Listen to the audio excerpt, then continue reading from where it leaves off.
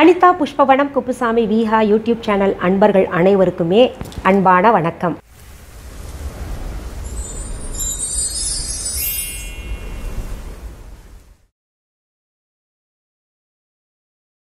நம்முடைய யூடியூப் சேனலில் சக்தி பீடங்கள் பற்றி தொடர்ந்து பார்த்துக்கிட்டு வரோம்.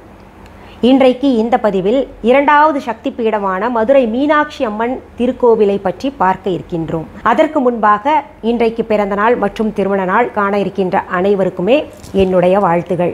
உங்களுடைய வாழ்க்கையில் நீங்கள் அனைத்து நலங்களும் வளங்களும் கிடைக்கப்பெற்று நீடூழி வாழணும்னு நான் இறைவன் கிட்ட பிரார்த்திக்கிறேன். இந்த காணொளியை காண்கின்ற அனைவருக்குமே இந்த நாள் இனிய நாளாக அமையட்டும்.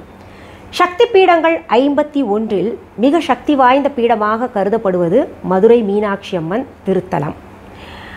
காசி விசாலாட்சியை வேண்டிக் கொண்டால் முக்தி கிடைக்கும், போகத்தையும் முக்தியையும் வேண்டுபவர்களுக்கு சித்தி தருகின்ற திருக்கோவில் மதுரை மீனாட்சி அம்மன் திருத்தலம் என்று திருவிளையாட புராணங்களிலே சொல்லப்பட்டிருக்கிறது. சக்தி பீடங்களிலே ராஜ மாதங்கி ஷியாமலா சக்தி பீடமாகவும் மந்திரணி பீடமாகவும் இந்த திருத்தலம் கருதப்படுகிறது.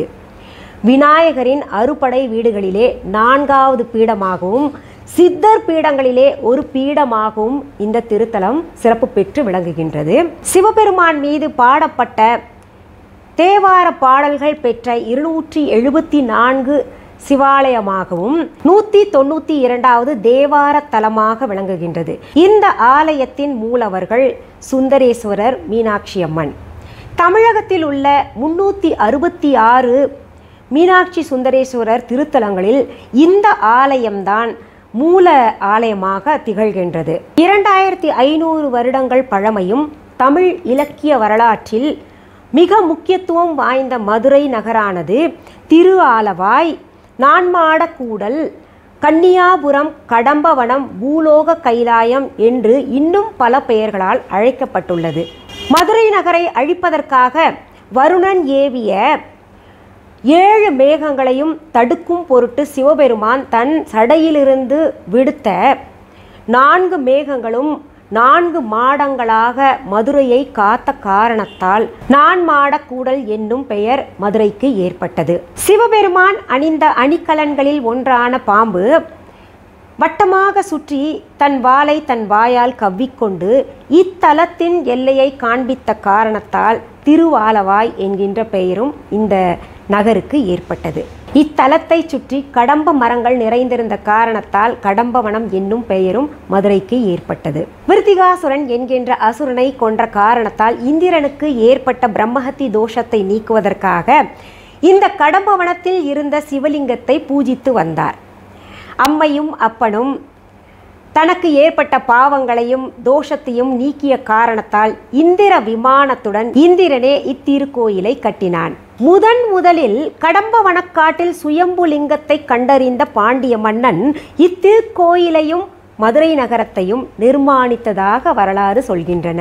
கடம்பவனமாக இருந்த காட்டை அழித்து அழகிய நகரமாக்கும்படி அப்போது ஆட்சி புரிந்து கொண்டிருந்த குலசேகர பாண்டியனின் கனவில் வந்து சிவபெருமான் சொன்ன காரணத்தினால் பாண்டிய மன்னன் அழகிய மதுரை நகரை உருவாக்கினான். அனைத்து சிவாலயங்களிலும் சிவபெருமான் தன்னுடைய இடது காலை தூக்கி ஆடிய காரணத்தால் இடது கால் தூக்கிய சிற்பங்கள் தான் அங்கே இருக்கும். ஆனால் இந்த தலத்தில் சிவபெருமான் தன்னுடைய வலது காலை தூக்கி ஆடுகின்ற சிற்பத்தை காணலாம். அதற்கும் ஒரு கதை இருக்கிறது. இந்த பாண்டிய மன்னன் ஆடல் கலையில் சிறந்தவன். ஆடல் கலையில் இருக்கக்கூடிய சிரமங்களை அறிந்த காரணத்தால் சிவபெருமானிடம் போய் சொல்கிறார். எப்பொழுதுமே சிவபெருமான் இடது காலை தூக்கி வைத்து கொண்டுதானே நிற்கிறார், காட்சியளிக்கிறார், ஆடுகிறார். அந்த இடது காலுக்கு ஓய்வு கொடுக்க வேண்டும் என்று சிவபெருமானிடம் இந்த பாண்டிய மன்னன் வேண்டுகோள் வைக்கிறார். வலது காலை தூக்கி ஆடுமாறு சொல்கிறார். அப்படி ஆடவில்லை என்றால் தன்னுடைய உயிரை மாய்த்து கொள்வேன் என்று பிடிவாதமாக சாப்பிடாமல் இருக்கிறார். அவருடைய அன்பை மெச்சிய சிவபெருமான் அவருக்காக இந்த மீனாட்சி திருத்தலத்திலே தன்னுடைய இடது காலை கீழே வைத்து தன்னுடைய வலது காலை தூக்கி ஆடினார். பக்தர்களுடைய வேண்டுகோளுக்கும் அன்பிற்கும் சிவபெருமான் சீக்கிரத்திலே மனம் இறங்குவார் என்பதற்கு இது போன்ற பல உதாரணங்கள் திருவிளையாட புராணங்களில் சிவபுராணங்களில் நாம் காணலாம். அன்பான வாடிக்கையாளர்களே, உங்கள் விஹா ஸ்டோரில் பூஜை பொருட்கள், சிலைகள், ராசிக்கற்கள், வாஸ்து பொருட்கள், விதைகள், பாரம்பரிய அரிசி வகைகள், சிறுதானியங்கள், ஆர்கானிக் பொருட்கள், மூலிகை எண்ணெய், மளிகை பொருட்கள், மரச்செக்கு எண்ணெய், மரப்பொருட்கள், வெள்ளி ஆபரணங்கள், கிஃப்ட் ஆர்டிகல்ஸ், காட்டன் மற்றும் பட்டு புடவைகள், காட்டன் சுடிதார்கள், பட்டு பாவாடை, குழந்தைகளுக்கான விளையாட்டு பொருட்கள், ஹை குவாலிட்டி இமிடேஷன் நகைகள், வீட்டு உபயோக பொருட்கள், ஜூட் பேக்ஸ், ஹேண்ட்மேட் சோப்ஸ், அழகு சாதன பொருட்கள், சிறுதானிய பிஸ்கெட்டுகள், ஹோம் அப்ளையன்சஸ், இன்னும் பற்பல பொருட்கள் விற்பனைக்குள்ளது. விஹா ப்ராடக்ட்களை நீங்கள் வாங்க விரும்பினால் அது எங்களுடைய viha.online வெப்சைட் மற்றும் சென்னை ராஜா அண்ணாமலைபுரத்தில் உள்ள எங்கள் விஹா ஸ்டோரில் மட்டுமே கிடைக்கும் என்பதை தெரிவித்துக் கொள்கிறோம். வேறு எந்த ஆன்லைன் வெப்சைட்களிலும் விஹா ப்ராடக்ட்கள் விற்பனைக்கு கிடையாது என்பதை நீங்கள் கவனத்தில் கொள்ள வேண்டும். எங்கள் விஹா ஸ்டோரின் விலாசத்தை கண்டறிய கூகுள் மேப்ஸில் விஹா ஸ்டோர் என்று டைப் செய்தால் வழியை கண்டறியலாம். www.viha.online வெப்சைட்டிலும் விஹா ஸ்டோரின் அட்ரஸ் உள்ளது. பெரும்பாலான சிவாலயங்களிலும் அன்னையின் திருக்கோயில்களிலும் அம்மைக்கும் அப்பனுக்கும் என்று தனி சன்னதிகள் இருக்கும். ஆனால் மதுரை மீனாட்சி அம்மன் திருக்கோவிலில் அம்மையும் அப்பனும் ஒன்றாக இணைந்து பக்தர்களுக்கு அருள் பாலித்து கொண்டிருக்கிறார்கள். இதில் இன்னொரு சிறப்பம்சமும் இருக்கு. சிவபெருமான் பொதுவாகவே அன்னைக்கு தனது இடது பாகத்தை கொடுத்திருப்பதை நம்ம பார்க்கிறோம். படங்களில் பார்த்துருப்பீங்க. இல்லை கோவில்களையும் அர்த்தநாரீஸ்வரர் கோலத்தில் இருக்கும் பொழுது தன் இடப்புறத்தை அன்னைக்கு கொடுத்திருக்கிறார். இந்த கோவிலில் சிவபெருமான் அன்னைக்கு இடது பக்கத்தில் இருந்து பக்தர்களுக்கு அருள் பாலித்து கொண்டிருக்கின்றார். அத்தோடு மட்டுமல்லாமல் இந்த கோவிலில் மீனாட்சி தாயாருக்கு தான் முதலாக அபிஷேகங்கள், பூஜைகள் எல்லாம் நடைபெறுகிறது. இதெல்லாம் எதை உணர்த்துகிறது அப்படின்னு பார்த்தோம்னா, ஒரு குடும்பம் என்று எடுத்துக்கொண்டால் கணவன் மனைவி இருவரும் சேர்ந்துதான் அந்த குடும்பத்தை நல்ல நிலைமைக்கு கொண்டு வர முடியும். அம்மையும் அப்பனும் சேர்ந்திருப்பது அதை உணர்த்துகிறது. அடுத்தது, பெண்களுக்கு முக்கியத்துவம் கொடுக்க வேண்டும் என்பதை அம்மையாருக்கு வலது பக்கத்தை கொடுத்து சிவபெருமான் உணர்த்தியிருக்கிறார். அங்கே மீனாட்சி தாயாருக்கு தான் முதலாக அபிஷேகம் நடக்கிறது, பூஜைகள் நடக்கிறது. இது எதை உணர்த்துகிறது அப்படின்னு பார்த்தோம்னா, தாயார் பத்திவிரதையாக இருந்து கணவருக்கு முன்னாடி எழுந்து நீராடி தன்னுடைய பணிகளை செய்ய துவங்குகின்றார் என்பதை இந்த உலகத்தில் உள்ள அனைத்து பெண்களுக்கும் உணர்த்துகிறார். ஒவ்வொரு பெண்ணும் கணவருக்கு முன் எழுந்து நீராடி தன்னுடைய பணிகளை செய்ய தொடங்கி விட வேண்டும் என்பதை உணர்த்துகிறது. இந்த கோவில் முதலாவதாக அன்னைக்கு அபிஷேகம் பூஜை நடந்து அன்னைக்கு முக்கியத்துவம் கொடுக்கின்ற காரணத்தினால நிறைய பேர் விளையாட்டு போக்கா கேட்பாங்க, உங்கள் வீட்டில் என்ன மீனாட்சி ஆட்சியா இல்லை நடராஜர் ஆட்சியா, சிதம்பரமா மதுரையா அப்படின்னு கேட்பாங்க. இத்திருக்கோவிலில் இடையினெளிந்து தன் கையில் கிளி ஏந்தி சொக்கநாதர் அருகில் அன்னை மீனாட்சி நின்றிருக்கும் கோலத்தை பார்க்கவே கோடி கண்கள் வேண்டும். தூய பச்சை நிற மரகதத்தால் அன்னையின் மேனி வடிக்கப்பட்டிருப்பது எதை உணர்த்துகிறது என்றால், தன்னை நாடி வருகின்ற பக்தர்களுக்கு பசுமையான வாழ்க்கையை அன்னை கொடுத்து அருள் பாலித்து கொண்டிருக்கின்றார் என்பதை உணர்த்துகிறது. அன்னையின் கையில் இருக்கின்ற கிளிதான் பக்தர்களுடைய வேண்டுகோளை தன் காதில் வாங்கி கொண்டு அன்னையிடம் நம்முடைய கோரிக்கையை எடுத்து செல்லுமாம். கிளியின் வாயிலாக கோரிக்கையை கேட்டு அன்னை பக்தர்களுடைய பிரச்சனையை தீர்த்து வைக்கின்றாள் என்கின்ற ஒரு ஐதீகம் உண்டு. மீனாட்சி என்கின்ற பெயருக்கு காரணமும் சொல்லப்பட்டிருக்கு. மீன் போன்ற கண்களை கொண்டு ஆட்சி புரிகின்ற காரணத்தினால அன்னைக்கு மீனாட்சி என்கின்ற பெயர் வந்தது. இன்னொரு காரணமும் இருக்கிறது.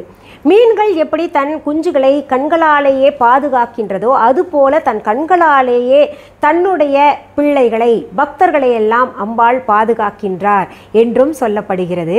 பக்தர்கள் கூப்பிட்ட குரலுக்கு விரைந்து செல்ல வேண்டும் என்ற காரணத்திற்காகவே அன்னை மீனாட்சி தன்னுடைய வலது காலை முன்னே வைத்து காட்சியளிக்கின்றார். திருமணப்பேறு, குழந்தை பேறு இத்தலத்தின் முக்கிய பிரார்த்தனைகளாகும். ஆனால் தன்னை நாடி வரும் பக்தர்களுக்கு மீனாட்சியும் சொக்கநாதரும் அனைத்து வளங்களும் தந்து அருள் பாலித்து கொண்டிருக்கின்றனர். அன்னை பச்சை நிறத்தில் கருணையே வடிவாக காணப்படுகின்ற காரணத்தினால் பச்சை தேவி மரகதவல்லி என்று அழைக்கப்படுகின்றாள். இன்னும் பல பெயர்கள் அன்னைக்கு உண்டு. அபிஷேகவல்லி, சுந்தரவல்லி, கற்பூரவல்லி, தடாதகை, அபிராமவல்லி, பாண்டி பிராட்டி, மதுராபுரி தலைவி என்று அன்னைக்கு நிறைய பெயர்கள் இருக்கு. ஒவ்வொரு நாளும் மீனாட்சி அம்மன் பல்வேறு திருக்கோலங்களில் காட்சியளிக்கின்றார். 8 கால பூஜை நடக்கின்றது. இங்கே இருக்கின்ற பொற்றாமரை குளம் அறம் பொருள் இன்பம் வீடு என்கின்ற 4 பேற்றினையும் அளிப்பதாக இருக்கிறது. இங்கே அமைந்துள்ள இரட்டை கோபுரங்களில் ஒன்று மீனாட்சி தாயாருக்கும் இன்னொன்று சொக்கநாதருக்கும் அமைந்திருக்கிறது. இந்த கோவிலில் உள்ள பார்த்திங்கன்னா நிறைய தமிழ் பெயர்கள் கொண்ட வீதிகள் எல்லாம் அமைந்திருக்கிறது. இந்த கோயில் வடிவமைக்கப்பட்டதை பார்க்கும் பொழுது பிரமிப்பாக இருக்கும். இவ்வளவு அழகான கோயிலா என்று அந்த கோயிலுக்கு போனவர்களுக்கு தான் தெரியும். அங்கே நிறைய தூண்கள் இருக்கு. சில தூண்கள் இசையே பாடுகின்றது. இப்படி நம்ம தல வரலாறை பற்றி சொல்லும் போதும் அன்னையை பற்றி சொல்லும் போதும் நம் வாய் மணக்கும், சொல்லிக்கிட்டே போகலாம். இன்றைக்கு இந்த பதிவில் சக்தி பீடங்கள் வரிசையில் 2வதாக மதுரை மீனாட்சி அம்மன் சொக்கநாதர் பற்றி நம்ம பார்த்தோம். மீண்டும் அடுத்த சக்தி பீடங்கள் பதிவில் வேறு ஒரு பீடத்தை பற்றி நாம் பார்க்கலாம். இந்த பதிவை முடிப்பதற்கு முன்பாக உங்களிடம் நான் தெரிவித்துக் கொள்வது, நம்ம viha.online நிறைய புதிய பொருள்கள் வந்திருக்கு, போய் பாருங்கள். எங்களுடைய விஹா என்கின்ற பெயரை பயன்படுத்தி வேறு ஆன்லைன் ஷாப்பில் இல்லாட்டி வேறு எந்த கடைகள்லையாவது என் பெயரையோ புகைப்படத்தையோ வீடியோவோ பயன்படுத்திட்டு அவங்களோடது தான் அப்படின்னு சொன்னாங்கன்னா அது பார்த்து ஜாக்கிரதையாக இருந்துக்கோங்க.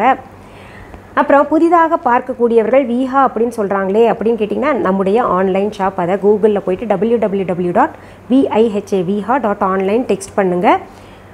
மிஸ்ஸஸ் அனிதா குப்புசாமி viha.online ஒரு வெப்சைட் ஓப்பன் ஆகும். அதில் நிறைய பொருள்கள் இருக்குது, போய் பார்த்துக்கோங்க.